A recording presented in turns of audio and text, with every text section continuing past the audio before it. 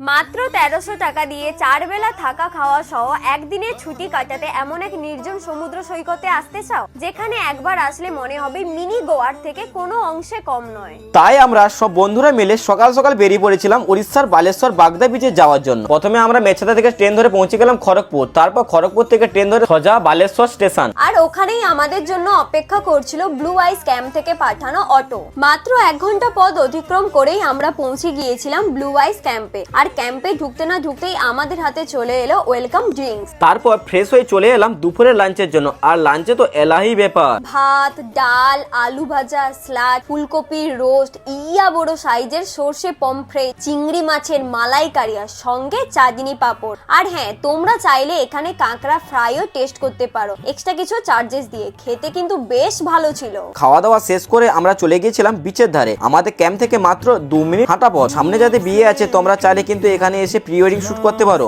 আমরা তো সবাই মিলে বিচে কিছুক্ষণ সময় কাটানোর পর ক্যাম্পে ফিরে আসি। ক্যাম্পে ফিরে এসে তো আমরা পুরো অবাক। সত্যি রাতে যে ক্যাম্পটাকে এত সুন্দর লাগবে ভাবতেই পারিনি। সন্ধে হতেই ক্যাম্পে শুরু হয়ে গেছে বনফায়ার সঙ্গে মিউজিক। তারপরে আমাদের হাতে চলে এলো গরম গরম চা আর পকোড়া। তোমরা চাইলে এখানে এক্সট্রা কিছু চার্জেস দিয়ে বারবিকিউ করতে পারবে আবার নিজের হাতে।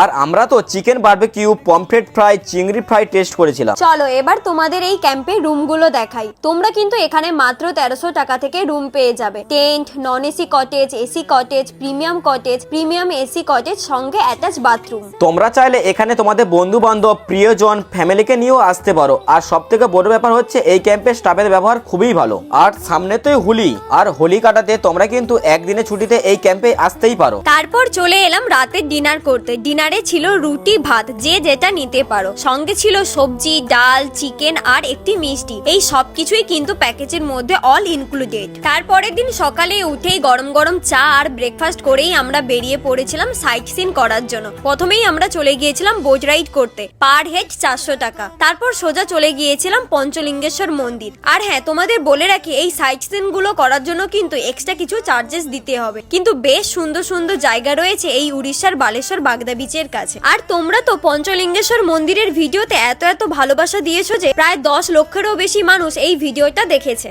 তারপর আমরা চলে গিয়েছিলাম ব্লু লেক দেখার জন্য। আমরা চেষ্টা করেছি প্রায় সব জায়গা ঘুরে দেখার জন্য। সবার শেষে চলে গিয়েছিলাম ইমামি জগন্নাথ মন্দিরে, যাকে বলা হয় উড়িষ্যার দ্বিতীয় জগন্নাথ মন্দির। সত্যি মন্দিরটা পুরো পুরীর জগন্নাথ মন্দিরের আদলে বানানো। তারপর ভগবান শ্রী জগন্নাথের দর্শন করে ভোগ গ্রহণ করে আবারও আমরা ক্যাম্পে ফিরে আসি। এছাড়াও কিন্তু তোমরা এখানে আরো অনেক ঘোরার জায়গা পেয়ে যাবে, যেমন Nilgiri Jagannath temple, Nilgiri palace, Khirachora Gopinath, Rameshwar temple. আমাদের তো উড়িষ্যার বালেশ্বরের বাগদা বিচটা খুব ভালো লেগেছে, আমরা খুব এনজয় করেছি। তোমরা চাইলে সামনে হোলির ছুটিতে একদিনের জন্য ঘুরে আসতেই পারো। ডিটেলসে কিছু জানতে হলে স্ক্রিনে দেওয়া নাম্বারে কল করে নাও। তোমরা কিন্তু এই ক্যাম্পে ফ্রি ওয়াইফাই এবং ফ্রি কার পার্কিং পেয়ে যাবে। সত্যি বলতে ব্লু আইস ক্যাম্পটা আমাদের খুব ভালো লেগেছে। তোমরা যারা যারা ভাবছো উড়িষ্যার বালেশ্বরের বাগদা বিচে ঘুরতে আসবে, তোমরা চোখ বন্ধ করে ব্লু আইস ক্যাম্পকে ভরসা করতে পারো।